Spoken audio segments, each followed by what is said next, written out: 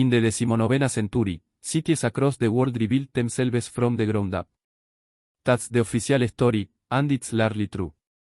Industrialization created Bealt-funded construction, and governments commissioned grand buildings to signal progress. Courthouses, train stations, post offices, city halls. The era produced an extraordinary amount of public architecture, and historians have documented it thoroughly.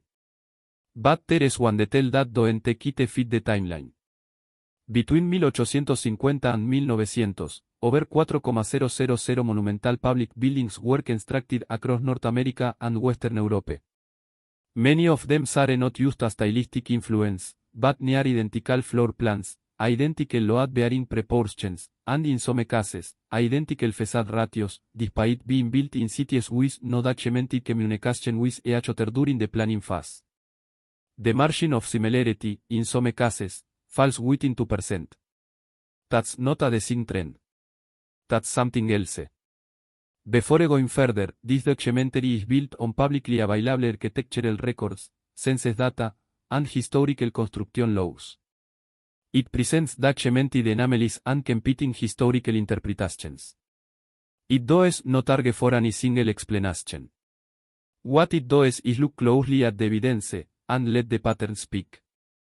Start with what we know. The mid-19th century was a period of extraordinary institutional ambition. Governments across the Western world were consolidating power, building bureaucracies, and, critically, trying to project legitimacy to populations that were rapidly urbanizing and increasingly skeptical of authority. Public architecture was the tool. A courthouse didn't just house a court. It announced that the state was permanent, organized, and old, even when it wasn't. This is why the Beaux Arts style dominated. Borrowed from French academic tradition, it communicated civilization through volume and symmetry. Columns, domes, grand staircases. Art entryways wide enough to feel ceremonial. The style spread through architectural schools, pattern books, and the influence of the École des Beaux Arts in Paris, where many American and British architects ran. That's the clean explanation. And it accounts for a lot. But it doesn't account for everything.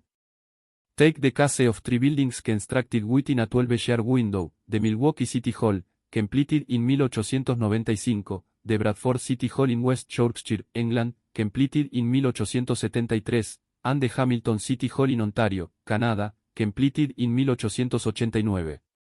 Three different countries, or effectively so, given Canada's administrative independence by that point, three different architects, three different municipal governments. The central tower heights vary by less than 4 feet. The internal chamber ratios, the proportion of ceiling height to floor area in the main civic hall, are within 3% of each other. The orientation of the primary staircase relative to the entrance follows the same geometric logic in all three buildings. None of the three architects are documented as having communicated with each other. None of them attended the same school. The Bradford building predates the Milwaukee Commission by over 2 decades. The standard explanation is convergence, that similar problems produce similar solutions, and that the pattern books of the era circulated widely enough to create natural similarity. That explanation is reasonable. It is also incomplete. Because here is where the record starts to develop friction.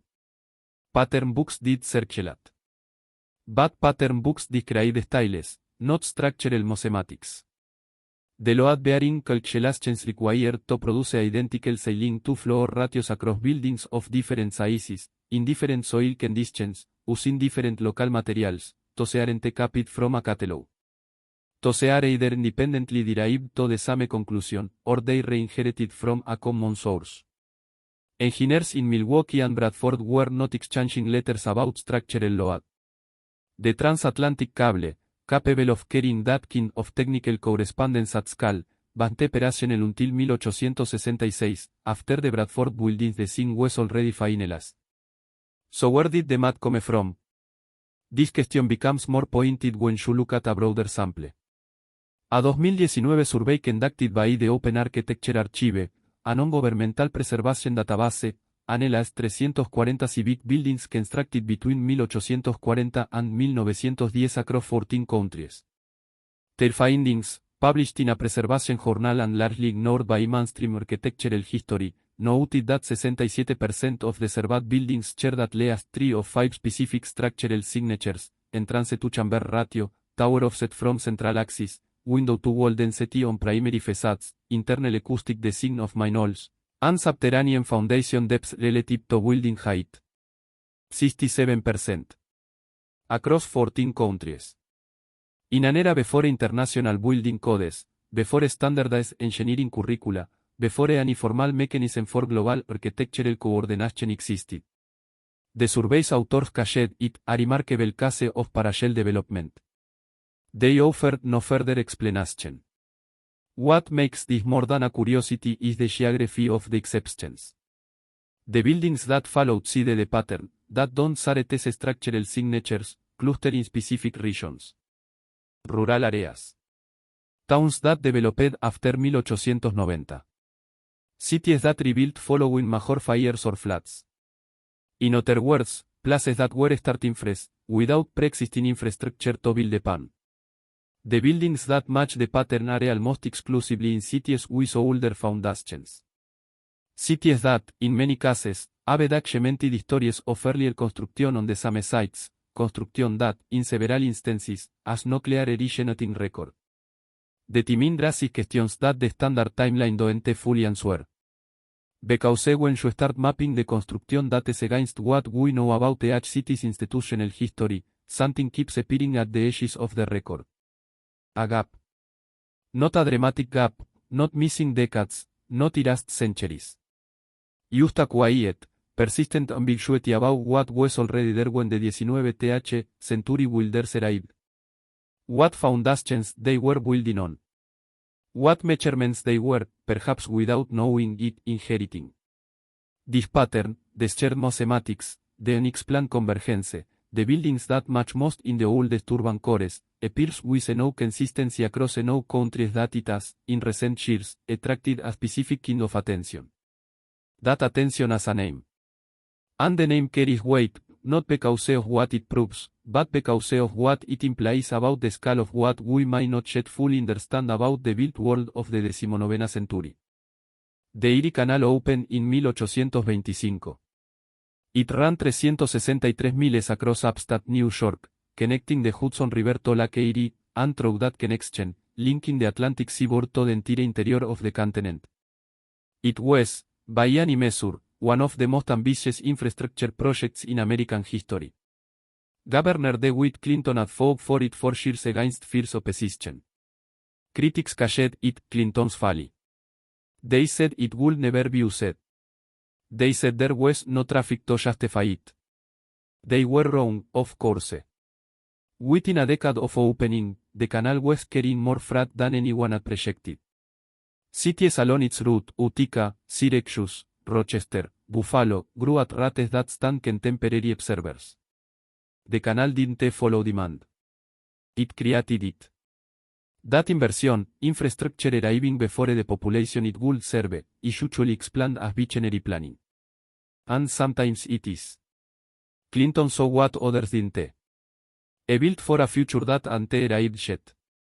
But the Erie Canal is not an isolated case. It is part of a pattern so consistent, across so many countries and so many decades, that visionary planning begins to feel like an explanation that papers over a deeper question. Look at the British Rail Network. By 1850, England had laid over 6,000 miles of track. The speed of that construction was, by modern engineering standards, almost implausible, not just because of the labor involved, but because of the precision. Rail lines require extraordinarily flat, stable corridors. Curves must be gradual enough for the physics of the era's locomotives. Bridges must be engineered to carry loads that, in 1840, didn't yet exist at scale.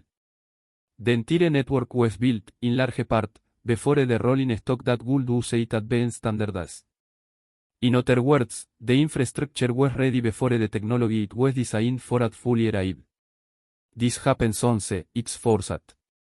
It happens across an entire national network, simultaneously, in multiple countries, Britain, France, the German states, the American Northeast, all within the same 20-year window, all following similar engineering logic, all slightly over-engineered for the immediate demand they faced at the time of construction. That's a different kind of observation. The over-engineering detail matters more than it might seem. Standard infrastructure logic, then and now, builds to current demand with a margin for projected growth. You don't build a bridge rated for 10 times the traffic it will carry in its first decade. You don't dig a canal twice as wide as your current fleet requires. The cost of excess capacity is real, and 19th century governments were not known for fiscal extravagance when simpler options were available. And yet, consistently, the civic and transportation infrastructure of this period was built larger, deeper, and more robustly than immediate need required. The main goals of the civic buildings served in the open architecture archive study the acoustic properties optimized for simultaneous occupation by crowds far larger than the city hosting them could produce at the time of construction. Several of the buildings in the survey were, for their first decade of existence, dramatically underutilized, too large for the administrative functions they nominally housed. The standard answer is ambition. Civic pride. The desire to build for posterity. But ambition doente explain the mathematics being consistent. Pride doente produce identical load ratios across three continents. Zoom out further and the administrative similarities become harder to dismiss. The United States postal system was reorganized and expanded between 1845 and 1865. The British postal system underwent its own radical restructuring beginning in 1840, with the introduction of the penny post. Canada, Australia, and several Western European nations implemented near identical postal reforms within the same 30-year window, standardizing rates, expanding infrastructure, and, critically, constructing purpose-built postal facilities that shared, once again, specific architectural signatures with the civic buildings already catalogued. The timing of these reforms was not coordinated through an international body. The Universal Postal Union, which would eventually create formal international postal standards, wasn't established until 1874, after most of these national reforms were already completed. They arrived at similar systems, through similar infrastructure, in similar buildings, independently. Whether this reflects inheritance or convergence is a question the historical record doesn't cleanly answer. There is a particular category of structure that sharpens this further, the public storage facility. Between 1840 and 1880, cities across the United States and United Kingdom constructed an unusual number of large, purpose-built storage and warehouse facilities, many of them on municipal land, funded in part by public money, far larger than the commercial activity of the period could immediately justify. Chicago's Grain Elevator Network, built largely in the 1850s and años 60, had a combined storage capacity that exceeded the annual grain output of the surrounding region for nearly a decade after construction. London's dock warehouses, rebuilt and expanded through the mid-century, were routinely described by contemporary observers as excessive, vast stone chambers that sat partially empty while civic administrators insisted they were necessary. They weren't wrong. The demand came. It always came. But it came after the infrastructure, not before it, not alongside it. And the buildings themselves, the warehouses and grain elevators and postal halls and civic chambers, are something beyond their premature scale. They are a material logic. Stone foundations of unusual depths. Interior structural grids that distribute load in was consistent with anticipated expansion, as if the builders expected additional floors, additional wings, additional weight that the original program didn't require. As if they were building the skeleton of something larger than what they were officially building. Compound the note of these observations and a check begins to emerge from the data. Not a conspiracy, that word is too loaded, too specific, and too convincing. Something more structural than that. More architectural, in the literal sense. A world in which the built environment of the 19th century was being constructed with a coherence that doesn't fully map onto the fragmented, nationally siloed, independently funded history we've been given. A world in which cities that had no documented relationship with each other were, somehow, building to the same measurements. Organizing to the same administrative templates. Constructing to the same structural depths. The question that keeps surfacing, as you move through this evidence, is not whether something unusual was happening. The question is what to call it. Because there is a name that has attached itself to this body of anomalies. It comes from an old map. From a word that once described something very different than what it describes now. And understanding where that name came from, and why it became the container for this particular set of questions, changes the texture of everything that came before it. The word Tartaria appears on European maps as early as the 13th century. It wasn't a mysterious thing. It wasn't a code or a zipper. It was a geographic designation, a broad, loosely defined term that European cartographers used to describe the vast interior of Asia, the steppelands stretching from the Caspian Sea eastward through what is now Kazakhstan, Mongolia, and into Siberia. The people European traders and diplomats encountered into the regions were often Turkic or Mongolic in origin, and the name, derived partly from Tatar, the broad ethnonym applied to many of these groups, became the cartographic shorthand for a world that Europe understood only at its edges. For 5 centuries, Tartaria on a map simply meant, here is the part of Asia we haven't fully mapped yet. It was the label for the unknown interior. Nothing more conspiratorial than that. It appeared in atlases. It appeared in diplomatic correspondence. It appeared in the accounts of Jesuit missionaries and merchant travelers who passed through its edges and came back with reports of cities and trade routes and populations that European readers found exotic but not impossible. Tartaria was real, in the sense that the lands it described were real. The people were real. The trade was real.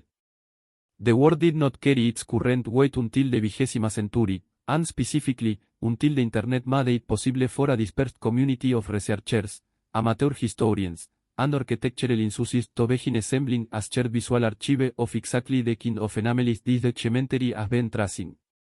The modern reinterpretation of Tartaria began not with historians, but with photographs.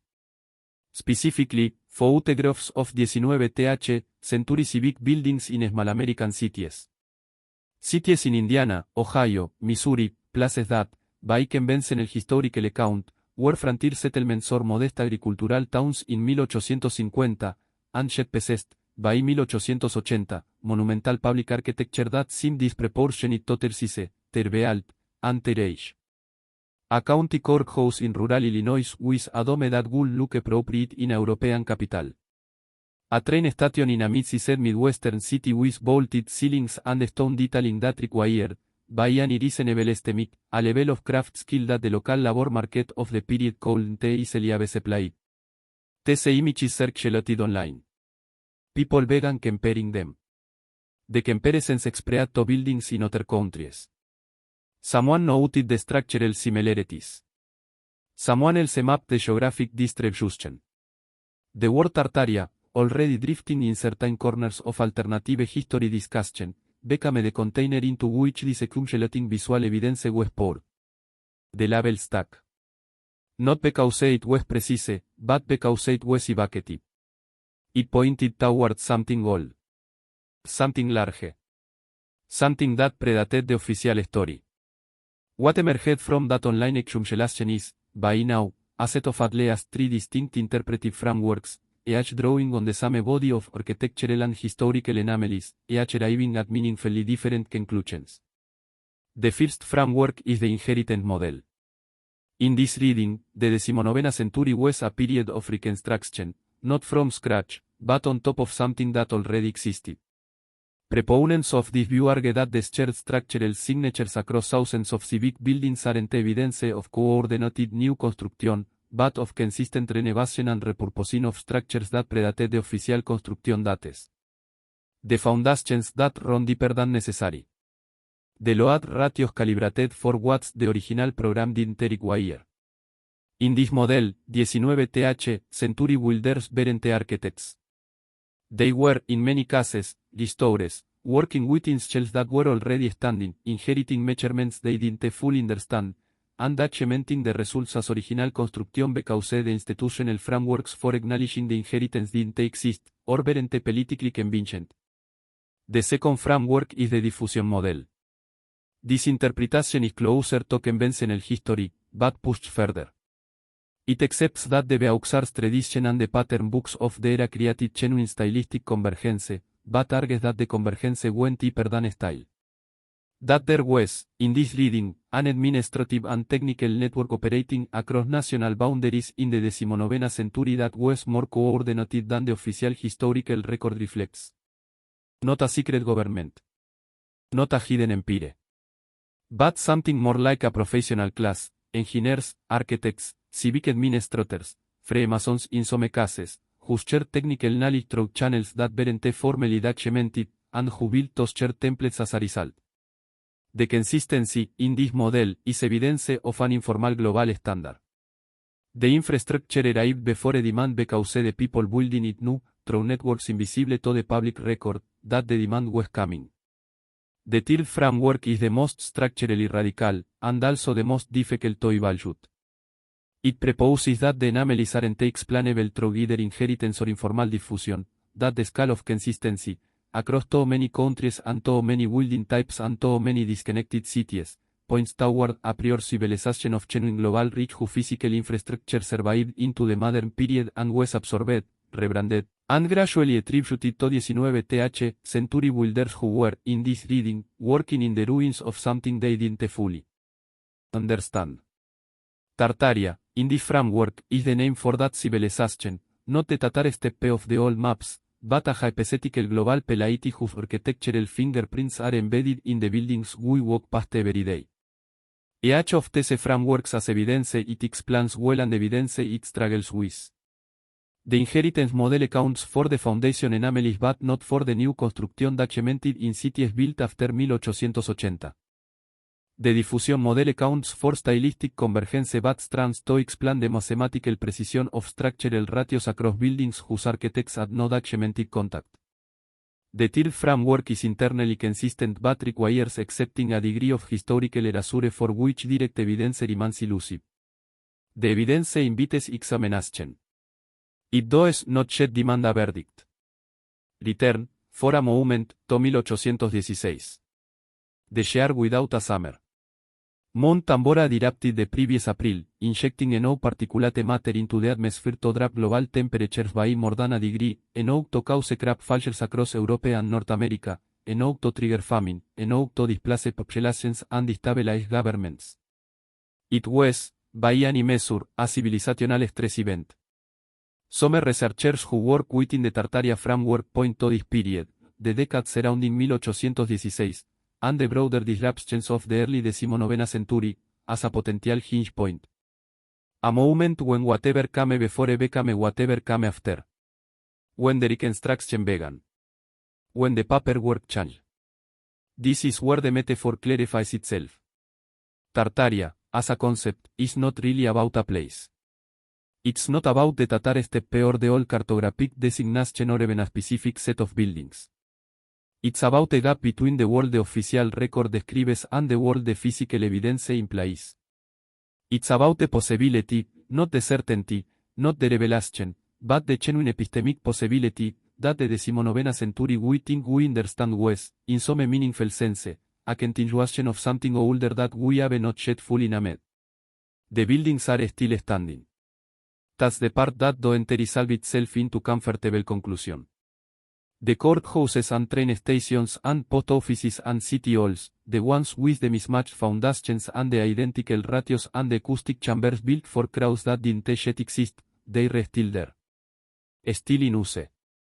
Still organizing civic life in cities that, according to their own official stories, built them from nothing in the space of a few decades. You can walk into them. You can stand in the main hall and look up at the ceiling and feel the scale of it, the scale that, in many cases, the city around it still ain't quite grown into. And you can ask yourself the question that the architecture itself keeps posing, quietly, in the language of load and proportion and depth, what were they building this for?